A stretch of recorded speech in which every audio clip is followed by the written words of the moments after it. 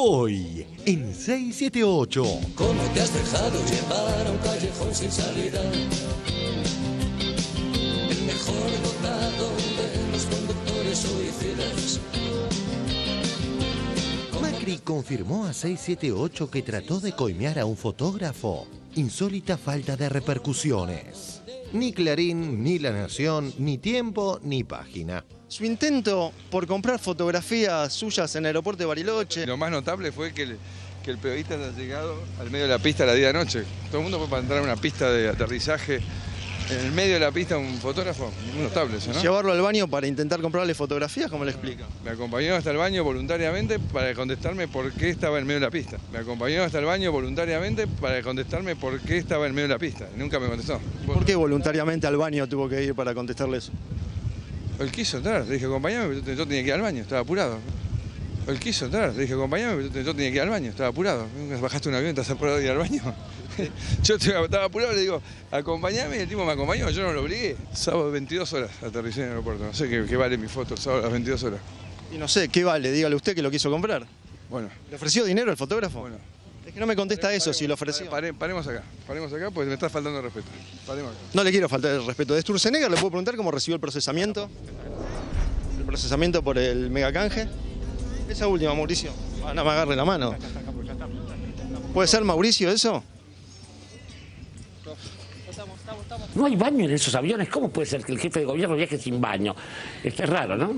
La verdad, todo el episodio me parece patético, sinceramente. Sin que esto hable de Margarita Stolbizer, su sobrino pasó de asaltado a narco VIP.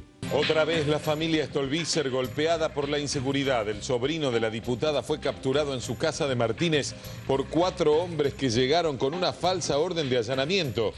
Un sobrino de Margarita Stolbizer fue asaltado, secuestrado. Inseguridad en la República Argentina. Asaltaron a su sobrino, al sobrino de Stolbizer. Acá es una ola de inseguridad total y que no nos dejan vivir en paz porque este gobierno es así, no le preocupa, dice que es una sensación de inseguridad y que no la hay. Yo he vivido en otras épocas, que están muy criticadas por ellos, donde yo he vivido que me pedían el documento diciéndome discúlpeme señora, permítame el documento, y ellos los critican. Yo no los critico, ojalá volvieran. Yo no los critico, ojalá volvieran.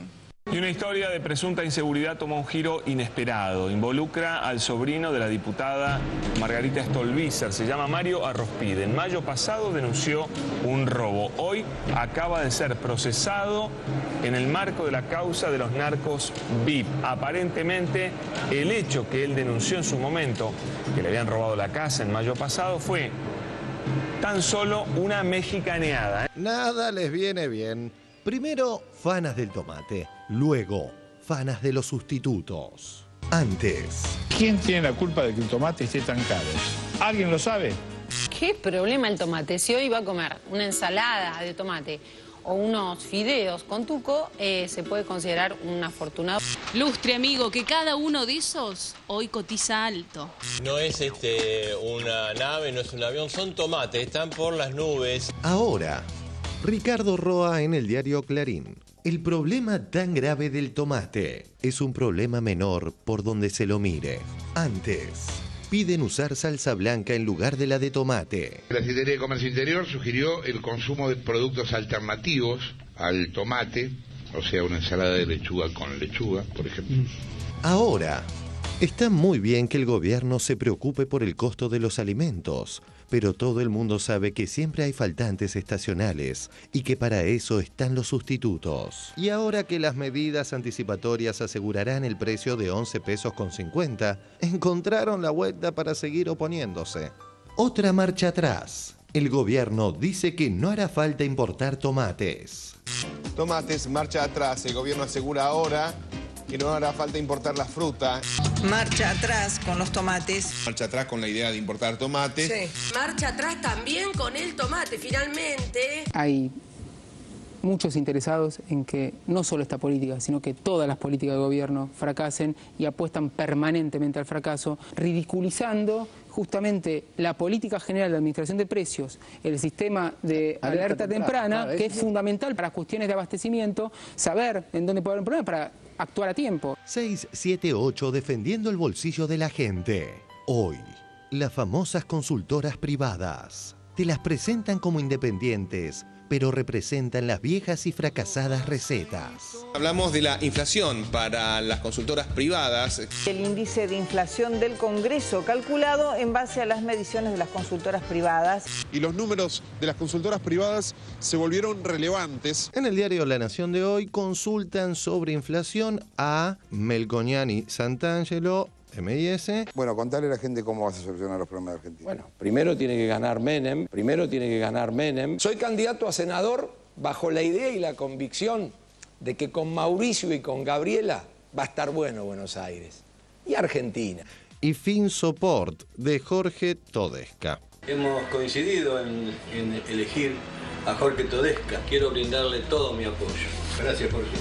Gracias a vos, Eduardo. Consultoras que realmente son consultoras económicas, las conocemos, los que tenemos alguna historia en esto, que te hacen los números de acuerdo a quién le pague y a lo que le pidas. Tras la esclarecedora visita del secretario de Comercio Augusto Costa, hoy viene el economista Santiago Fraschina. Clarín se mofa y nos gusta ese estilo. De 678. Si nosotros jamás nos metimos con ellos. Clarín.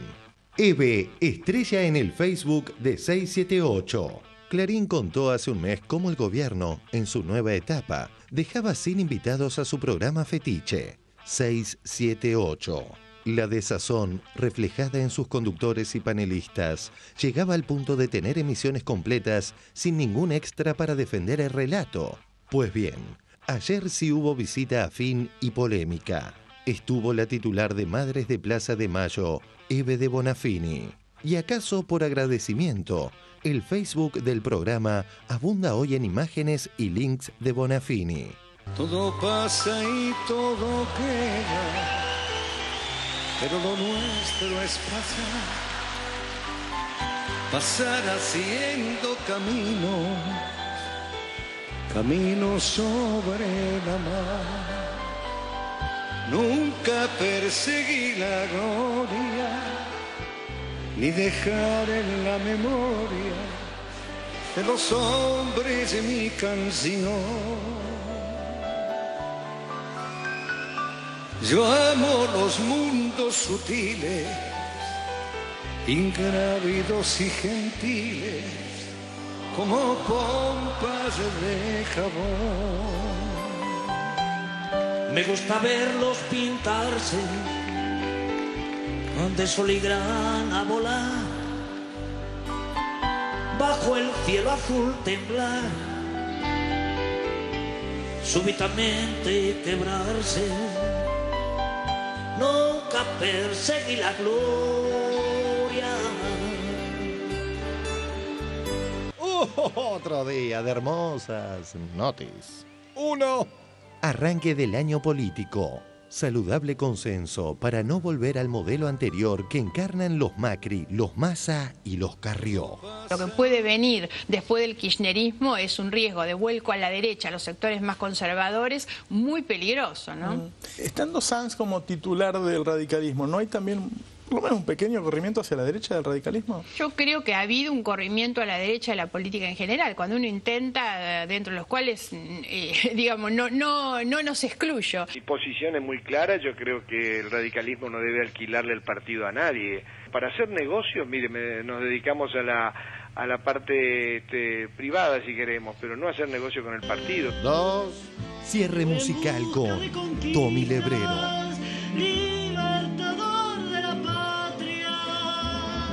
Cruzando toda la provincia, Viday, pero con tal mala pata.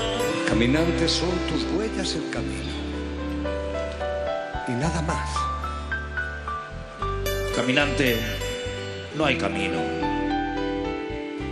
Se hace camino al andar. Al andar se hace camino y al volver la vista atrás, se ve la senda que nunca se ha de volver a pisar. Caminante, no hay camino, sino estelas en la mar. Hace camino al andar, 678. Un mundo sutil, ingrávido y gentil. ¿Dónde te sitúas? ¿Cerca de Canal 13 o de 678? Voy a contestar con una palabra. Depende. Si, por ejemplo, mañana Clarín dice que ha sido un concierto cojonudo, Clarín no miente. Estos son sus principios. Ahora bien, si no les gustan, tiene otros. Hace algún tiempo en ese lugar, junto a unos bosques se visten de espino, se oyó la voz de un poeta gritar.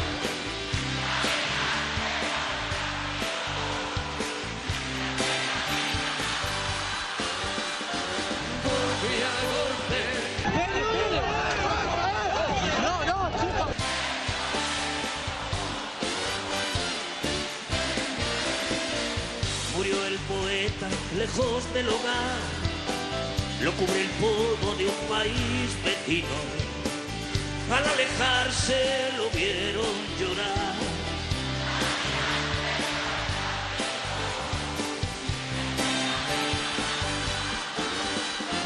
Golpe a golpe.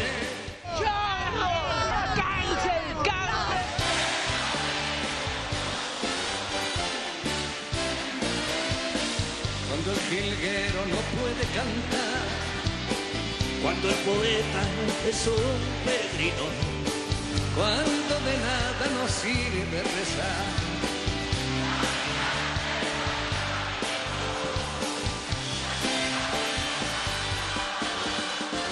Golpe a golpe, golpe a golpe, golpe a golpe, beso a beso.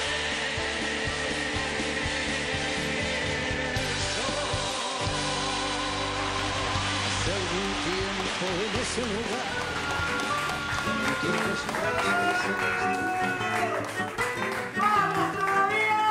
compatriotas de la patria grande, bienvenidos a otra emisión de 678, un programa sin desazón alguna, pese a lo que digan. Buenas noches, compañeros. Hola. Edgardo Moca, Sandra Russo, Dante Augusto Palma, Orlando Barone.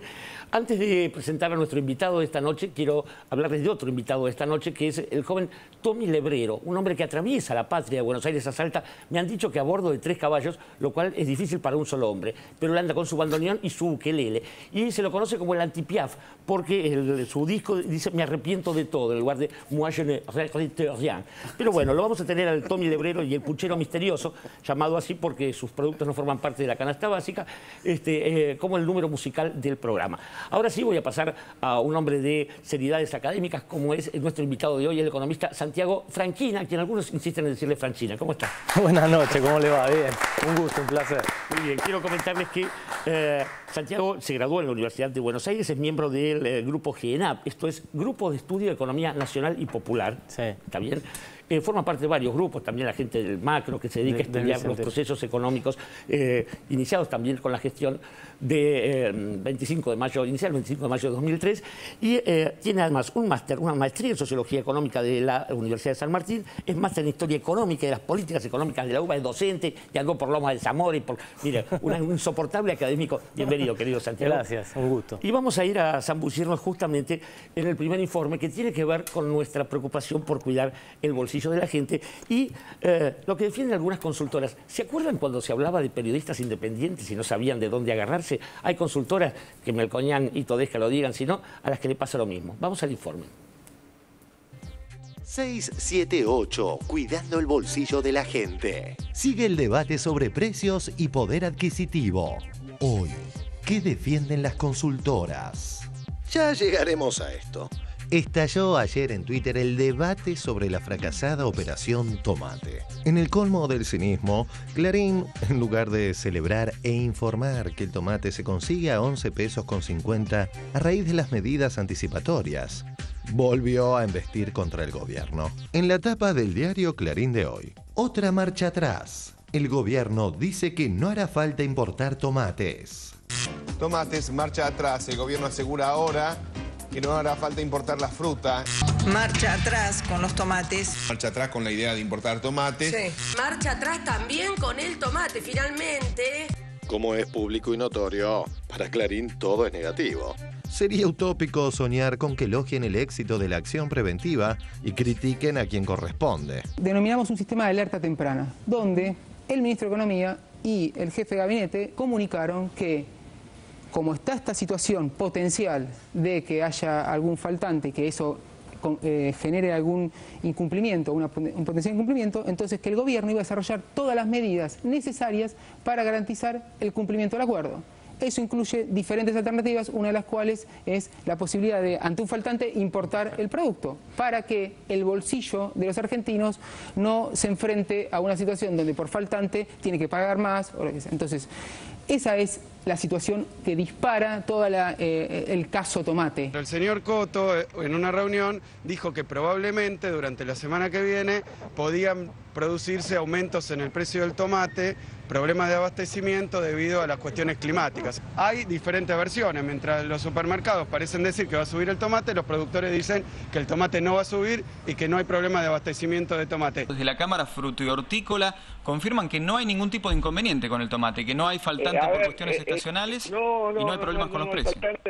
No hay faltante ni lo va a haber. Los productores dicen que el tomate no va a subir y que no hay problema de abastecimiento de tomate. ¿Qué es lo que dice el gobierno? El gobierno dice que no va a aceptar modificaciones en los precios acordados. En caso de que hubiera algún problema estacional que no se pudo solucionar de otra manera, vamos a permitir las importaciones para que los precios sean respetados y la gente tenga estos precios que hemos acordado. Hay una conducta en los empresarios que es proinflacionaria. Ellos mismos, en vez de preocuparse por lograr el abastecimiento, directamente aumentan los precios. Lo que hizo la Asociación de Supermercados con esta advertencia es provocar que el gobierno inmediatamente diera una respuesta. Nuestra intención es cuidar el bolsillo de los consumidores. Queda la firme decisión de defender nuestro acuerdo de precios. Nosotros hoy, como estamos viendo, hay diferentes tensiones y diferentes patrañas al interior de las cadenas productivas que hacen que finalmente se refleje en falta de producto o en subida de precios. Y no lo vamos a admitir. Volviendo a la esquizofrenia de Clarín, en 2007 y 2011, justo poquito antes de las elecciones, el tomate era insustituible. Pero ya no. ¿Era importante para Clarín el tomate o no? Era algo... Hace 4 meses era cuestión de Estado. O sea, se nos iba la vida con el precio del tomate. ¿Quién tiene la culpa de que el tomate esté tan caro? ¿Alguien lo sabe? ¿Qué problema el tomate? Si hoy va a comer una ensalada de tomate o unos fideos con tuco, se puede considerar un afortunado. Lustre, amigo, que cada uno de esos hoy cotiza alto. No es una nave, no es un avión, son tomates, están por las nubes. La vida sin tomate. O sea, se nos iba la vida con el precio del tomate. Hoy me entero en el editorial Clarín que es un problema menor. Ricardo Roa en el diario Clarín. El problema tan grave del tomate. ¿Qué sentido tiene que la presidenta, el jefe de gabinete y el ministro de Economía, los funcionarios más poderosos del gobierno, se ocupen de la importación de tomates? Es un problema menor por donde se lo mire. Que es un problema menor, ridiculizando justamente la política general de administración de precios. Insólito consejo oficial. Piden usar salsa blanca en lugar de la de tomate. La Secretaría de Comercio Interior sugirió el consumo de productos alternativos al tomate, o sea, una ensalada de lechuga con lechuga, por ejemplo. Que se consumen otros bienes. Eso era para hoy, para Clarín, una ocurrencia sensata. Está muy bien que el gobierno se preocupe por el costo de los alimentos, pero todo el mundo sabe que siempre hay faltantes estacionales y que para eso están los sustitutos. Corona esta conducta desestabilizadora que ante el éxito de la medida anticipatoria, en lugar de elogiar o al menos informar, dan a entender que el tomate está a 10 pesos por el fracaso del gobierno. Y nos surge aquí una pregunta. Si en el 2011 el tomate estaba a 18 pesos y en 2013 está solo a 11 pesos, ¿podríamos concluir que en 2 años hubo una deflación del 70%? Por supuesto que no. Pero sirve esta locada asociación libre para dar paso a un capítulo esencial en el crucial tema de los precios y el poder adquisitivo de los argentinos. Es el tema de las consultoras privadas, que se presentan como independientes y defensoras del bolsillo de la gente. Hablamos de la inflación para las consultoras privadas que se expresan a través de los diputados. La oposición hizo público hoy el índice de inflación del Congreso, calculado en base a las mediciones de las consultoras privadas. Y los números de las consultoras privadas se volvieron relevantes para conocer la inflación en la República Argentina. En el diario La Nación de hoy consultan sobre inflación a Graciela Bebacua, a ver, acá está, Estudio Bain, mientras que Melconian y Santangelo, MIS, y FinSupport, de Jorge Todesca. La inflación de la oposición, la inflación Congreso, el informe hecho por consultoras privadas. A ver, en el diario Clarín consultan sobre la inflación a MIS Consultores, o sea, Melconian y Santangelo Consultores.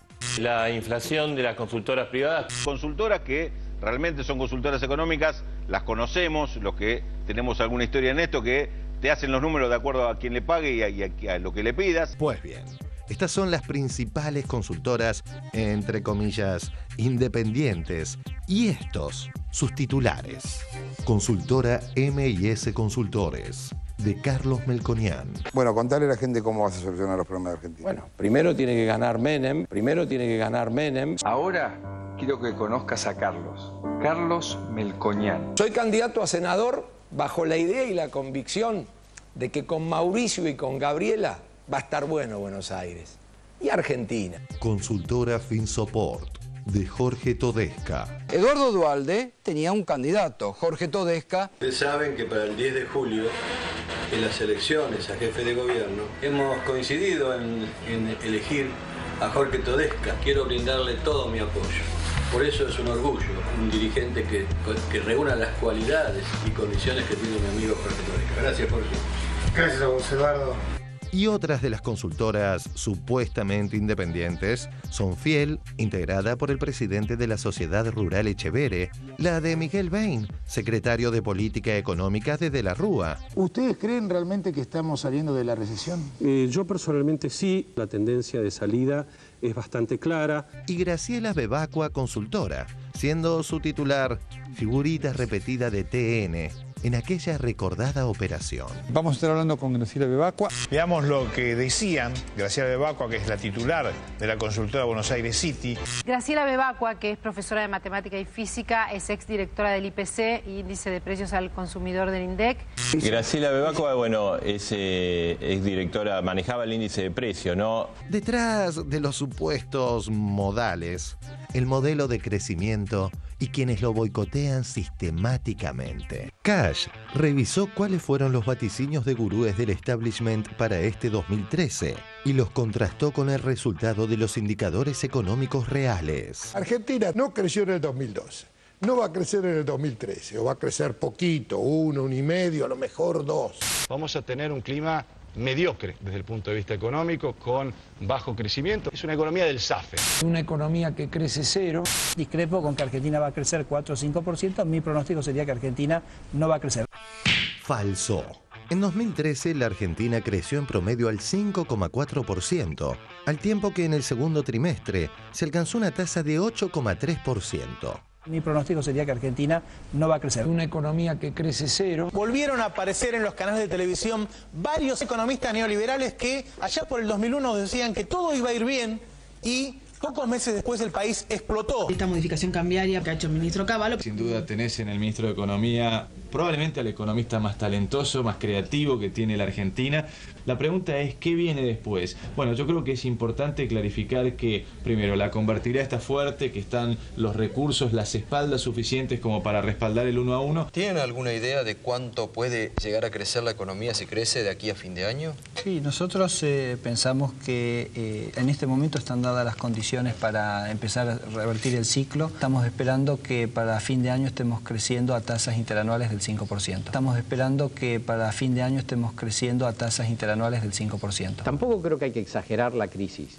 Estamos muchísimo mejor que en el 88, 89, que a veces algunos los comparan. ¿Hacia dónde estamos yendo? La batalla que tenés que dar hoy en el corto plazo es ver cómo parás la hemorragia esta que se ha abierto en el sistema bancario, que está muy sólido y que si Argentina sale de esto, el modelo bancario argentino se va a exportar. Sistema bancario que está muy sólido y que si Argentina sale de esto, el modelo bancario argentino se va a exportar. No debería hacer el presidente es cambiar la orientación de la política económica que ha recibido Argentina en los últimos 10 años. Y pocos meses después el país explotó. Cuando la cosa se va a pudrir, no le avisan. Ahora, cuando la cosa va en contra de sus intereses, de los intereses que ellos defienden, viven pronosticando que todo se va a caer para generar desconfianza y para generar miedo. Esos tipos traten de horadar la confianza de la gente. No puede ser que le erren siempre.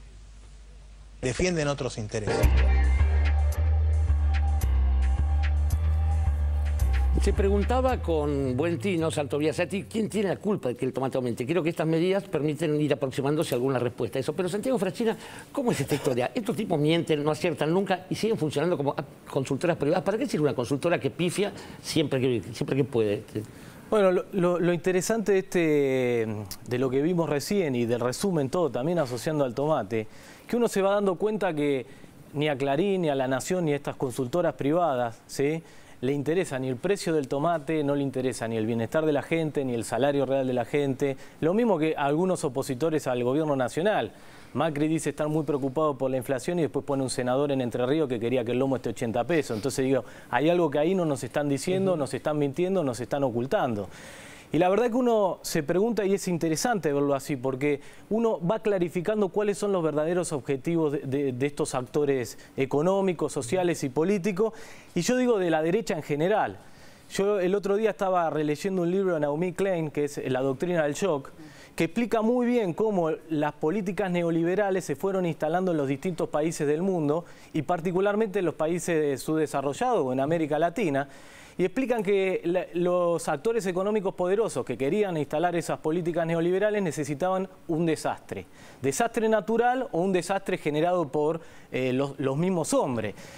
Porque yo pensaba, imaginemos si la derecha gana en el 2016 y gobierna y empiezan a terminar con las paritarias, empiezan a terminar con apertura comercial para que entren los productos de desindustrialización y generación de desempleo, terminan con la asignación universal por hijo, empiezan a privatizar nuevamente.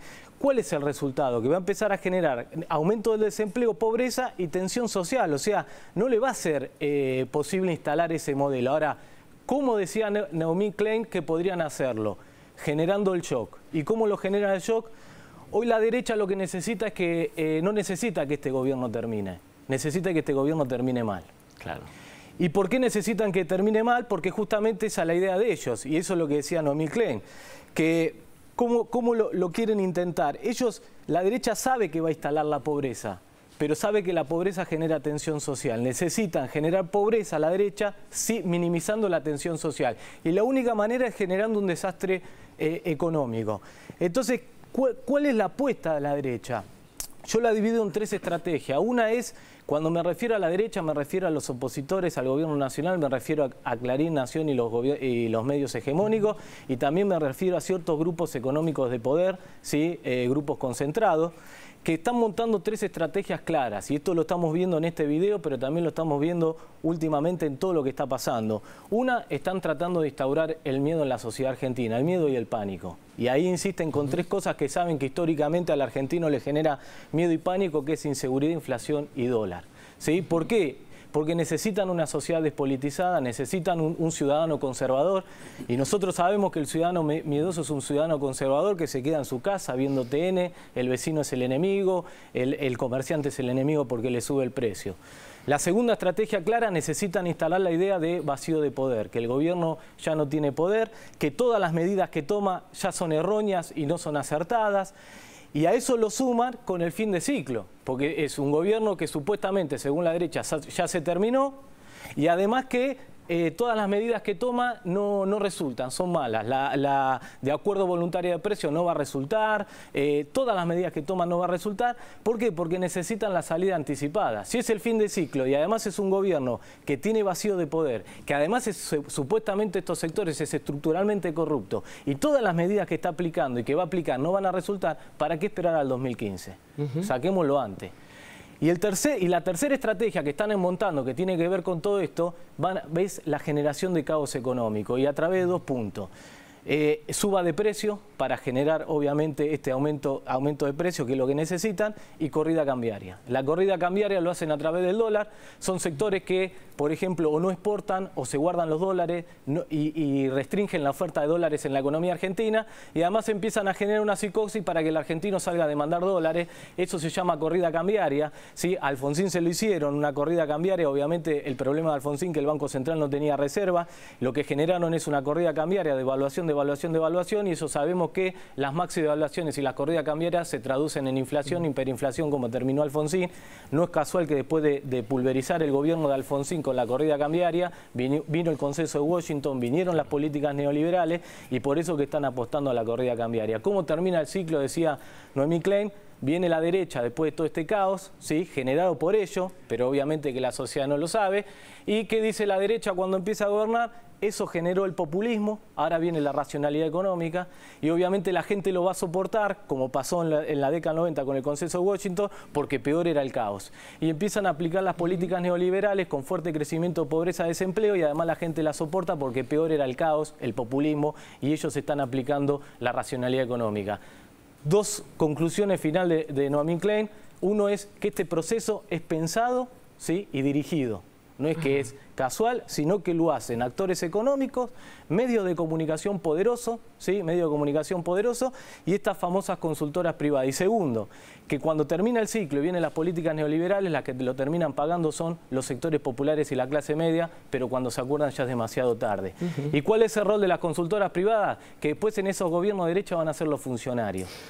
Nosotros lo vivimos con la Fundación Mediterránea de Cavallo, ¿sí? Que después lo pusieron en el año 82, presidente del Banco Central. Era una fundación financiada por los grandes grupos económicos. ¿Y cuál fue la política de Cavallo en el 82? Estatización de la deuda externa privada. Pero obvio que va a hacer eso, no nos sorprendamos que haga lo contrario. Claro. Lo mismo, en este gobierno de derecha que va a pulverizar las conquistas sociales, los funcionarios del Ministerio de Economía van a ser los Melconian, los Bain, los Todesca, que no son funcionarios, van a ser empleados de las corporaciones y empleados de los grupos económicos de poder para que hagan lo que ellos quieran. Y después no nos sorprendamos que hagan eso. Lo sorprendente sería que gobiernen a favor del pueblo. Clarísima la explicación de Fraschina. Ahora mis compañeros te van a hacer más preguntas. Santiago, me inquieta saber qué pasa con el modelo europeo que está mostrando esto que vos decís tan claramente, incluso en los países centrales. ¿No le sirve a esta gente? Bueno, por eso justamente acá no hay, lo que esto está claro, acá no hay una discusión racional y teórica de lo que está pasando. Acá son defensa de intereses diametralmente opuestos. Y cada vez es más claro, y esto le agradezco a este proyecto, que cada vez se clarifica más quiénes son los que defienden los intereses de los grupos concentrados, de las corporaciones como Melconian, como Bain, como las consultoras estas privadas, que nos están diciendo que el salario real cayó, y eso obviamente es fácilmente demostrar que es mentira. Miren, nosotros ayer hicimos un ejercicio muy sencillo, no hay que ser un cráneo. Agarramos los precios del supermercado Coto del 2003, agarramos el salario mínimo del 2003, que era 200 pesos, y fijamos el poder de compra por producto. Le hicimos una serie de productos: aceite de girasol, harina, arroz, fideos, papa, lomo, azúcar, pan, pollo, huevo, leche, manzana, carne y bebida cola.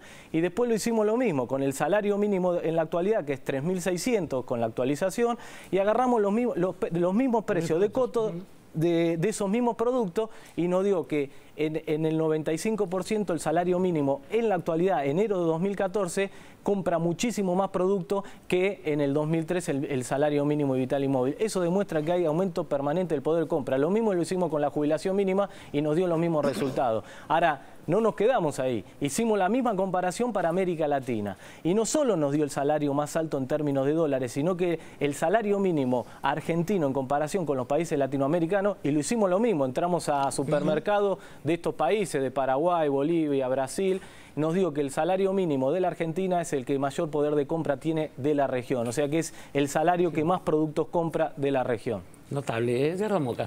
Sí, a mí me parece que el otro lado de estas cuestiones que implican el futuro político, la defensa y continuidad del proyecto es, miramos la actividad desestabilizadora y la actividad especulativa como un problema, como un peligro, pero creo que conviene en estos días mirar otro lado del asunto, que es un tipo de respuestas más afinadas y más ofensivas, y yo diría hasta más agresivas por parte del gobierno, en dos capítulos que a mí me parece decisivos y que ojalá la pelea política no lo saque del centro de la agenda, porque me parece que estamos tocando algunos nervios que en los últimos muchas décadas no se tocaban.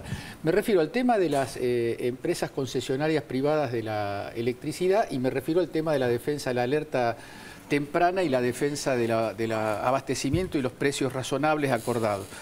¿Por qué digo esto? Porque ayer Costa explicaba que no hay un cambio de objetivos, pero sí hay un cambio de herramientas, o mejor dicho, un afinamiento de las herramientas para enfrentar esto, acompañado de una política comunicativa que todavía, creo yo, está bastante por debajo de lo que se necesita. Pero esta es una...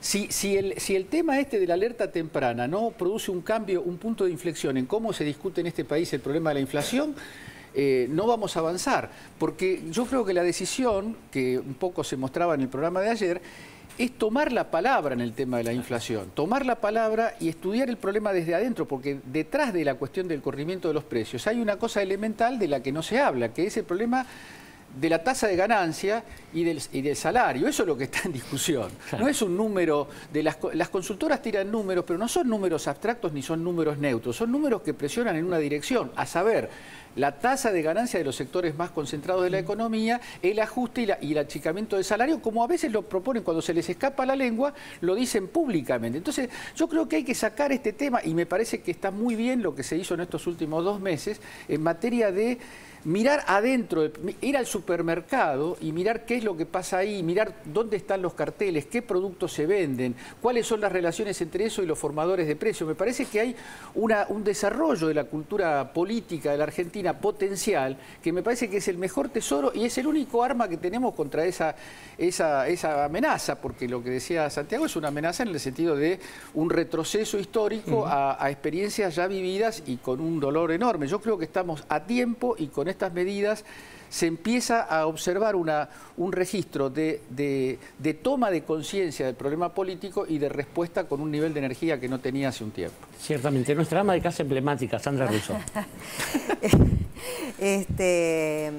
Sí, a mucha honra. Sí, sí, claro. No, yo creo que esto de las alertas tempranas me parece que es realmente en este tema una bisagra importante, porque lo que pasó con el tomate finalmente, después de todo, lo que permite es desnudar, y en esto se caracteriza el kirchnerismo, ¿no? Por poner sobre la mesa cosas que durante décadas parecían inexpugnables. Entonces, tomando un ejemplo puntual, que la palabra tomate es como ridícula, pero y uno siente, ¿no?, que cuando habla del tomate, como dice Ricardo Roa, habla de algo menor. Sin embargo, todo me parece que hay que sobreponerse. Claro, todo tomate es político y hay que sobreponerse a Ricardo Roa. Y hay que también darse cuenta de que en esta pequeña escena, en esta primera alerta temprana, porque si yo mal no entendí, existen y están previstas para que cuando haya efectivos cambios estacionales o alguna situación objetiva que demande un alza en los precios, como no es un congelamiento, eso se va a estudiar y si está consensuado se va a aumentar el precio. Pero esto no era así. A mí me impresiona que tan rápidamente, en una de las primeras reuniones, un señor que se llama Coto mienta descaradamente como lo hizo, porque después de todo estamos hablando de eso, de un señor que va a una mesa con los más altos funcionarios del gobierno a mentir, a decir que, va a haber problemas por cambios climáticos. Entonces, en esta pequeña escena, primera escena, que a mí me parece que habría que tomarla como referencia, nos encontramos con que los aludidos, que son los que producen los tomates, van y dicen, no, hay tomates, ¿por qué van a importar si hay tomates de sobra? O por lo menos van a alcanzar. Y ahí es donde aparece la verdad de esa cadena de valor que gracias a la alerta temprana se pudo mantener en su lugar. Me parece que si esto se replica, pero sobre todo si aumenta la conciencia, y ahí sí que este programa obviamente no alcanza. Si se multiplica la conciencia sobre esto, entonces me parece que de verdad se están tomando medidas para controlar los precios, más allá de lo que diga Clarín, porque Clarín le molesta que el gobierno dé marcha atrás, pero más le molesta que el gobierno ponga primero. Sí, claro, absolutamente. Digo, en todo caso ha sido revelado un poco cómo es este cuadro, ¿no? Viendo a todos los partícipes del acuerdo. Dante Palma. No, retomando lo que decía Edgardo y Sandra también, me parece que tanto en lo que hacen las consultoras como en este caso lo que hizo Coto, es lo que comúnmente en economía se llaman profecías autocumplidas. ¿no? Y que tiene que ver, digamos, que en economía es central porque tiene que ver con la generación de expectativas.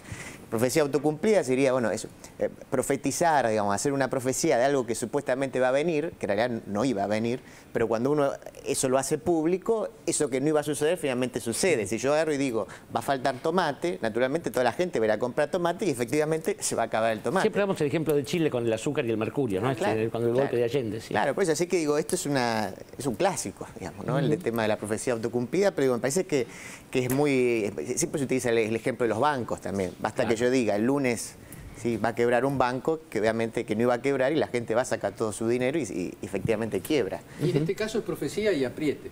Sí. Sí, claro. ¿Orlando? Sí, pensé en el tema menor del tomate.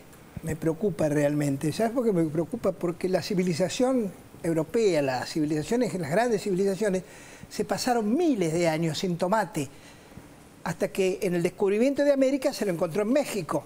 Quiere decir que no se murieron de hambre esas civilizaciones. Nada, y los italianos no tenían el fileto. Hicieron el Renacimiento sin fileto. Hicieron el Imperio sin fileto. Y ellos descubren ahora que el tomate es algo sideral. Es interesante la palabra miedo frente a esto. Creo que vos explicaste, y acá muchas veces se expresa, una sociedad inoculada sutilmente y bárbaramente a veces, con el miedo, con el miedecito, con el julepe, que se convierte a veces en una sociedad asustadiza y aterrada, debilitada, no solo por el tema que podría ser la inseguridad, por otros temas. Acuérdense que Freud, todos leímos algo de Freud, algunos más, sobre todo los psicoanalistas. Freud tenía dividido los miedos en el miedo real, que es el miedo de la condición humana a las cosas reales, a las cosas que realmente son instintos de salvación de vida, que la tienen los animales, todos los seres vivos, y hay un miedo neurótico. Y el miedo neurótico es el que instalan los medios desmesuradamente frente a fenómenos que no requieren ese temor. Ciertamente, el deseo del tomate es el deseo del otro, diría mi amigo Barón.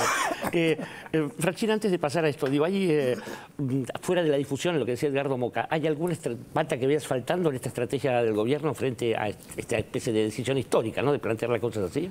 No, para mí esta medida es excelente. Ayer Augusto Costa la explicó muy bien, porque además es una canasta de referencia que no solo implica los productos que están incluidos en estos 194 precios, creo que era alrededor, sino que va a involucrar al conjunto de los precios, porque obviamente es una canasta de referencia que el consumidor va a tomar, justamente como el nombre lo dice, como referencia. Ahora, también lo que le molesta a estos grupos es que no apliquen la política de contención de precios que ellos quieren, que es enfriar la economía. Ellos te están apostando a enfriar la economía. Por eso le molesta también esta política de contención de precios y el sistema de alerta temprana, porque lo que quieren ellos es reducir el consumo interno a través de las políticas justamente de ajuste, para que no se consuma internamente los productos y la comida, porque hay sectores concentrados agroindustriales exportadores que quieren ir a un modelo de exportar la mayor cantidad de productos posible. Y para generar ese modelo de exportar la mayor cantidad de productos posible, esto de Ángel, que quiere comer lomo que lo pague 80 pesos, necesitan enfriar la economía. Y eso es un país, que es lo que quieren estos sectores, un país sin trabajo, con pobreza, salarios bajos de subsistencia, el menor consumo posible, para que ellos puedan exportar la mayor cantidad de alimentos posible al extranjero, y obviamente eso le aumentaría la renta agraria en pesos. Claro, y si los tomates los tenemos que buscar en el supermercado, los fotógrafos los tendremos que ir a comprar al baño. Macri realmente nos confirmó que compró esto, que quiso comprar a un fotógrafo. ¿Por qué nadie habla de Sturzenegger? Tenemos tribulaciones tremendas que van a conocerse a partir de este informe. Macri confirmó a 678 que trató de coimear a un fotógrafo. Insólita falta de repercusiones. Lo planteamos con tono de pregunta, ya que las palabras suenan fuertes, pero lo cierto es que entrevistado por 678, la respuesta del jefe de gobierno porteño casi que lo incrimina. Se me da el dato de que Mauricio Macri iba a arribar a Bariloche. Una vez que Mauricio se baja del avión, empiezo a hacer mi laburo, en realidad empiezo a disparar y a tirar fotos. Me ve y me empieza a preguntar quién me había mandado, para qué trabajaba. Yo me estaba retirando, me dice, bueno, ya me sacaste la foto, ahora decime para quién laburás. Y ahí me dice, bueno, vamos a hablar más tranquilos. Nos vamos a hablar al baño del aeropuerto, y en el baño del aeropuerto él sigue haciendo hincapié en esta cuestión de de nada, de cuánto era esa foto. Como yo trabajo de manera independiente, él me dice, es lo mismo que yo te pague la foto a que te la pague un diario. Y yo ahí siempre estuve en una negativa de decirle, no, digamos, este es mi laburo. No, la foto no se vende. ¿Qué tal, Mauricio? Buenas tardes, ¿cómo anda? ¿Bien? ¿Tanto tiempo? ¿Cómo anda? ¿Tanto tiempo? ¿Usted? ¿Llegaste tarde? No, estuvimos de temprano, muy lindo. Le quería preguntar sobre... Le hago ahora, sobre su intento por comprar fotografías suyas en el aeropuerto de Bariloche. Lo más notable fue que el periodista haya llegado al medio de la pista a la 10 de la noche. Todo el mundo fue para entrar a una pista de aterrizaje. En el medio de la pista un fotógrafo, muy notable eso, ¿no? Llevarlo al baño para intentar comprarle fotografías, ¿cómo le explica? Me acompañó hasta el baño voluntariamente para contestarme por qué estaba en medio de la pista. Me acompañó hasta el baño voluntariamente para contestarme por qué estaba en medio de la pista. Y nunca me contestó. ¿Por qué voluntariamente al baño tuvo que ir para contestarle eso? Él quiso entrar, le dije acompañame, yo tenía que ir al baño, estaba apurado. Él quiso entrar, le dije acompañame, yo tenía que ir al baño, estaba apurado. ¿Bajaste un avión, estás apurado de ir al baño? Yo estaba apurado, le digo, acompañame, y el tipo me acompañó, yo no lo obligué. ¿No intentó comprarle la fotografía? Insisto, un disparate, y aparte lo peor es que no me conteste por qué el tipo estaba en el medio de la pista del aeropuerto. Sábado 22 horas aterricé en el aeropuerto, no sé qué vale mi foto el sábado a las 22 horas. Y no sé, ¿qué vale? Dígale usted que lo quiso comprar.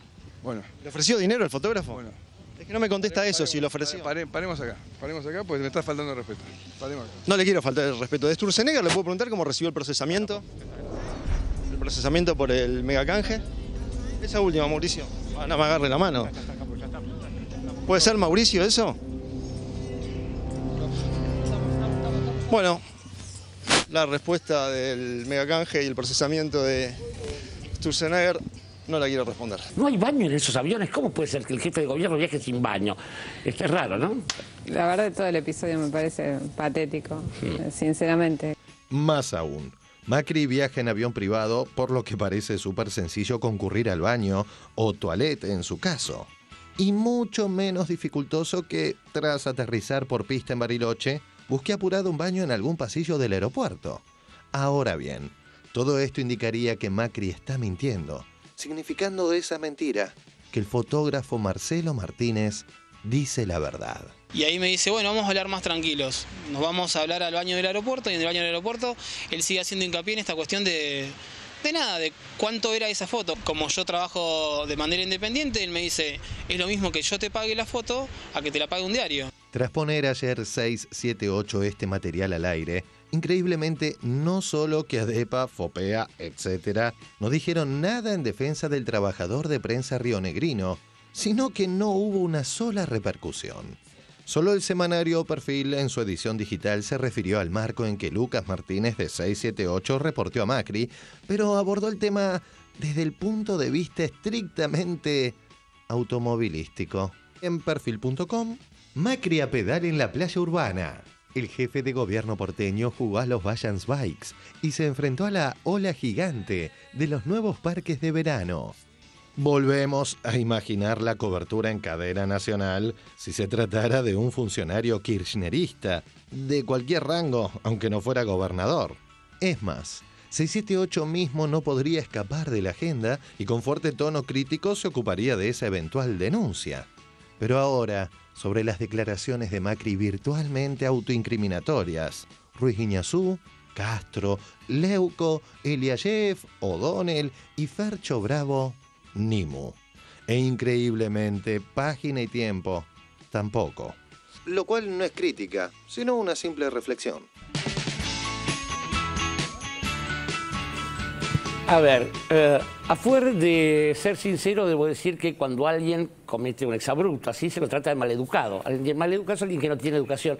Y de lo que no parece preocuparse el jefe de gobierno de la Ciudad de Buenos Aires es de los 17.000 pibes que están todavía esperando entrar a algún grado de escuela. Sandra Russo, cuénteme qué le parece esto de ir al baño de la mano con alguien. Para empezar, habría que recordar que si quiso comprar la foto fue porque Macri no quería que se lo viera nuevamente fuera de Buenos Aires, cuando en Buenos Aires había muchos focos de tensión por los cortes de luz y él tenía que gestionar. El problema con Macri es la gestión. Ese es el problema con Macri. Además de los 17.000 chicos que siguen sin vacantes, que a mí me parece más grave que no esté en la agenda de los medios eso, que involucra a chicos de sectores populares, chicos de clase media, cuyos padres han decidido que tengan una educación en la escuela pública y no la pueden tener porque el PRO gestiona mal. El Hospital Álvarez, por ejemplo, que es un hospital de agudos, que está en Flores, se incendió hace 2 años. Es un ejemplo perfecto de lo que es la gestión PRO. Le pusieron un techo nuevo, lo pintaron y adentro está todo quemado, como hace 2 años. La guardia funciona en un container, la sala de yesos es un baño. Bueno, todas estas cosas permanecen como una especie de semiclandestinidad. Más allá de si nosotros tenemos la nota en el aeropuerto o no. La verdad, me parece hasta una cuestión un poco menor frente a los problemas graves de gestión que tiene la Ciudad de Buenos Aires y que tiene el PRO. Santiago Fraschina, ¿cómo convive un modelo como el que se ejerce en la Ciudad de Buenos Aires con un modelo macro como el del país? Macro, digo. Bueno, justamente una de las preguntas que no podía responder ahí Macri, que no quiso responder en realidad, es lo de Federico Sturzenegger. Sturzenegger también tenía una consultora y demostró ser, después cuando fue funcionario, como decíamos anteriormente, no terminó siendo funcionario, terminó siendo empleado de los grandes bancos que generaron el famoso negocio de los megacanjes, los 150 millones de dólares de comisiones para los bancos, en algo que no fue un canje, sino fue un crecimiento de la deuda. Bueno, eso es lo que él no puede responder y justamente ¿por qué? Porque el avance de la derecha implica esto, que estos famosos consultores van a ser esos empleados de los grupos concentrados que van a terminar aplicando esas políticas económicas. Por eso la doble moral de la derecha, que habla siempre de libertad de prensa y después no responde a los medios de comunicación, o habla que le preocupa la inflación y la suba de precios y después le das el subte y lo sube un 400%. Es decir, el doble discurso, la doble moral permanente de la derecha, que obviamente nos tenemos que empezar a dar cuenta porque eso es lo que van a hacer cuando gobiernen. Yo nada más que subrayar un poco lo que decía Sandra, porque me parece que estamos haciendo una especie de magnificación de un acontecimiento que tiene su importancia, pero acá mismo en la conversación, en estas intervenciones, aparecen muchísimos temas de agenda. Yo recuerdo lo que nos dijo Eve el otro día, ¿no? Y me parece que yo le haría mucho caso, tomaría muy en serio esta cuestión de no dibujar nuestra agenda en paralelo, en fotocopia, a lo que hacen los grandes medios de comunicación, incluso imitando algunos estilos y algunas formas, con lo cual no estoy de acuerdo. No estoy de acuerdo. Cuando el funcionario dice no voy a contestar, se terminó, muchachos. La prensa no es el comisario del pueblo para preguntarle a cualquiera cualquier cosa. Yo no estoy de acuerdo, no avalo ese estilo. Entonces me parece que en la medida que nosotros hablemos del baño, de la foto y qué sé yo, no hablamos de la distribución de los recursos en la Ciudad de Buenos Aires, de lo que hablaba Sandra, de lo que hablaba Santiago. Nosotros ayudamos a correr la agenda, a la anécdota, y en ese terreno no tenemos nada que ganar. Nosotros tenemos para ganar cuando hablamos de las cuestiones de fondo, estructurales. Ahí está la cuestión. Subrayando, por supuesto, que me parece genial que podamos decir esto al aire. Pero naturalmente, claro. quiero aclararles y contarles también, y contarle al público, sobre todo, que el lunes van a estar los padres de algunos de esos chicos, 17.000 chicos que están esperando sus vacantes, y vamos a poder hablar desde nuestra agenda de estas cuestiones. ¿Dante? No, también sí, pensaba en lo que decía Eve, también pensaba en el programa, lo que había surgido ese día en el debate. Finalmente, yo creo que este sigue siendo un programa de análisis de medios, con lo cual estamos presos de lo que aparece en los medios hegemónicos, pero me parece que también podríamos encontrar espacios para tener una agenda propia, a veces no quedarnos tan entrampados durante varios días en temas que quizás por lo menos no son tan importantes. Sí, finalmente digo, poner un corte, ese tipo de cosas como el que vamos a poner ahora, porque vamos a la primera pausa en 678 y ya volvemos con Santiago Fraschina. Con Club Argenta, si sos jubilado o pensionado, podés sacar préstamos de hasta 15.000 pesos y pagarlos hasta en 40 cuotas con la mejor tasa del mercado para comprar lo que necesites en más de 4.000 comercios adheridos. Además, vas a poder disfrutar de promociones y descuentos especiales. ¿Qué estás esperando? Ya podés acercarte a cualquier oficina de ANSES o de Correo Argentino para solicitar tu préstamo. Recordá que si sos jubilado o pensionado, podés ser parte del Club Argenta. Para más información, ingresá en www.argenta.anses.gov.ar. Club Argenta, un beneficio bien nuestro.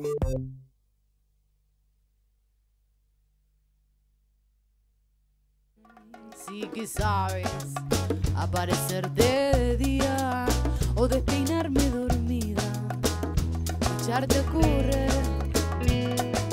Mira cantor, mira corazón, dime pedazo de canción a mí.